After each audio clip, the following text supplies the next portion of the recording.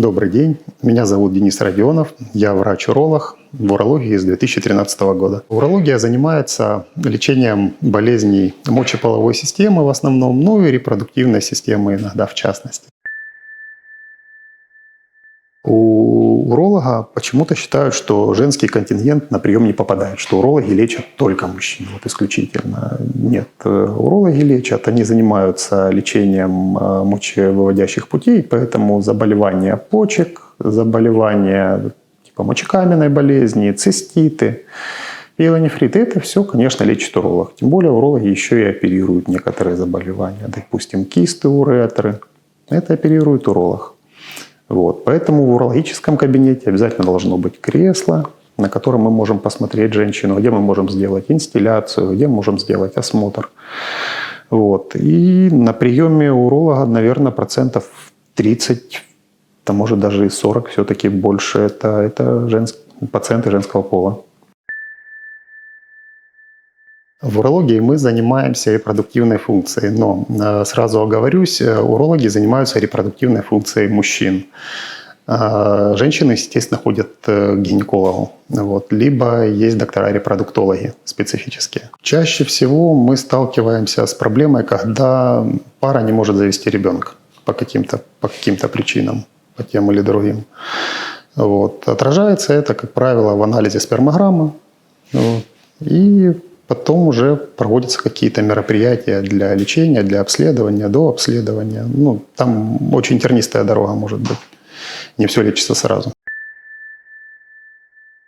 Мы даже в этой клинике делаем вазэктомию, но опять же это делается исключительно по настоянию пациента, с его подписи, согласия, заполнения специальной бумаги по этому поводу, потому что, по факту это прекращение репродуктивной функции навсегда для мужчины. Есть возможность вернуть эту функцию, есть возможность вернуть, но опять же до определенных сроков. Многие пациенты, мужчины, они вот именно этого момента забора анализа очень сильно боятся. Вот. И боятся, потому что это действительно неприятная процедура, мы этого не скрываем.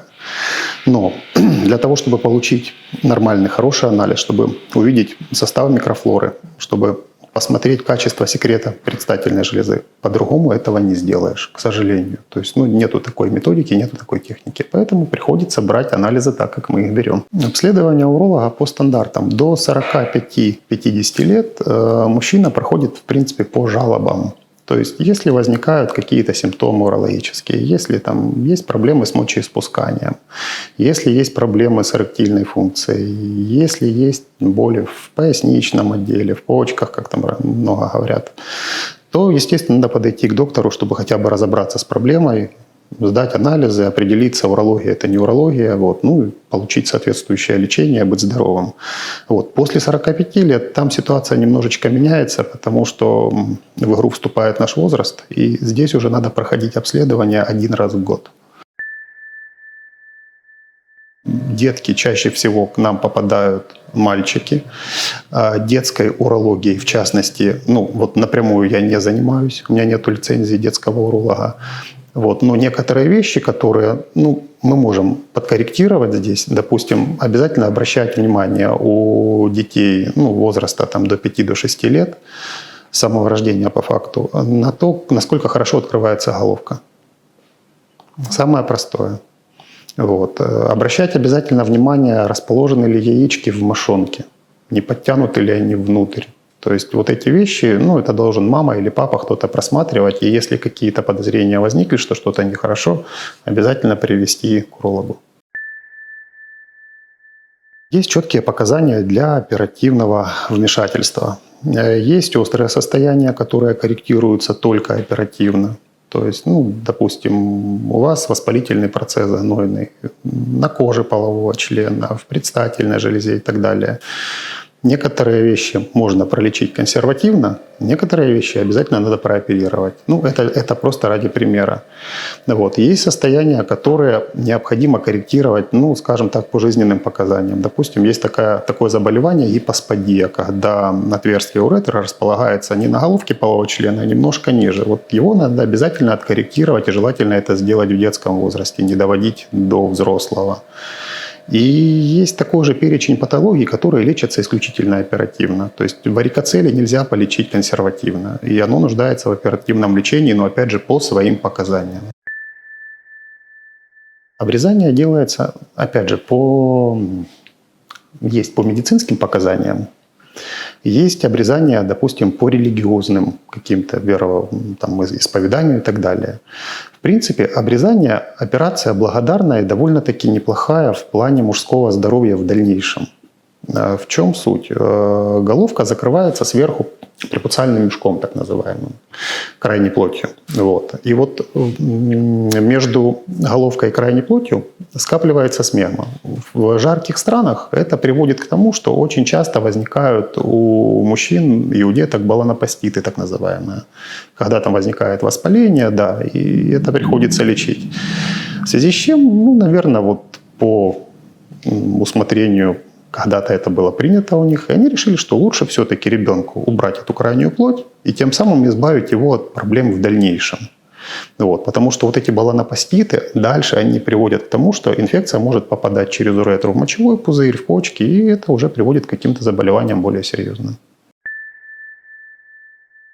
Да, действительно, есть расхождения определенные, но надо понимать, что в некоторых случаях уреоплазмы и микоплазмы могут вызывать заболевания, а в некоторых случаях они себя действительно ведут как условно-патогенная флора, либо как флора даже нормальная, и трогать ее при определенных условиях не нужно вообще, то есть ее не нужно лечить. Но если мы четко видим связь заболевания именно с этой микрофлорой, конечно, мы ее пролечим.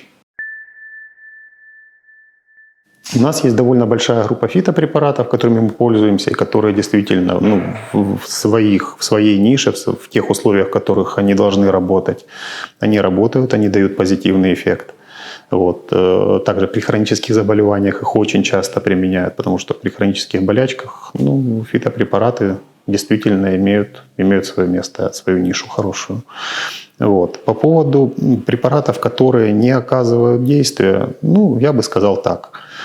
Можно зайти в поисковик Google, набрать любую болезнь с тегом лечения, и вы увидите кучу сайтов, на которых продают кучу препаратов, которые без лицензий, без каких-то аннотаций, где будет все очень красиво расписано, но по факту эффект может наступить, а может и нет. Этого я бы избегал. По поводу спортивной фармакологии. Опять же, это мое личное мнение. Я считаю, что спортивная фармакология нужна тем, кто занимается спортом профессионально. То есть там, где нужны какие-то результаты, и ты этих результатов без каких-то препаратов, без каких-то допингов, препаратов тестостерона, ты их просто-напросто не достигнешь.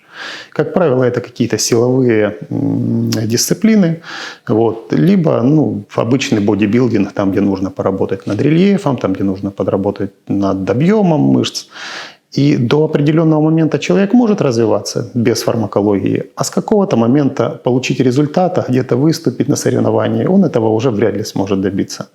Поэтому там эти препараты уместны, опять же, при правильном подходе. Если есть доктор, который может правильно ввести тебя в эту схему, правильно из нее вывести, потому что основные проблемы обычно начинаются на выходе из схем.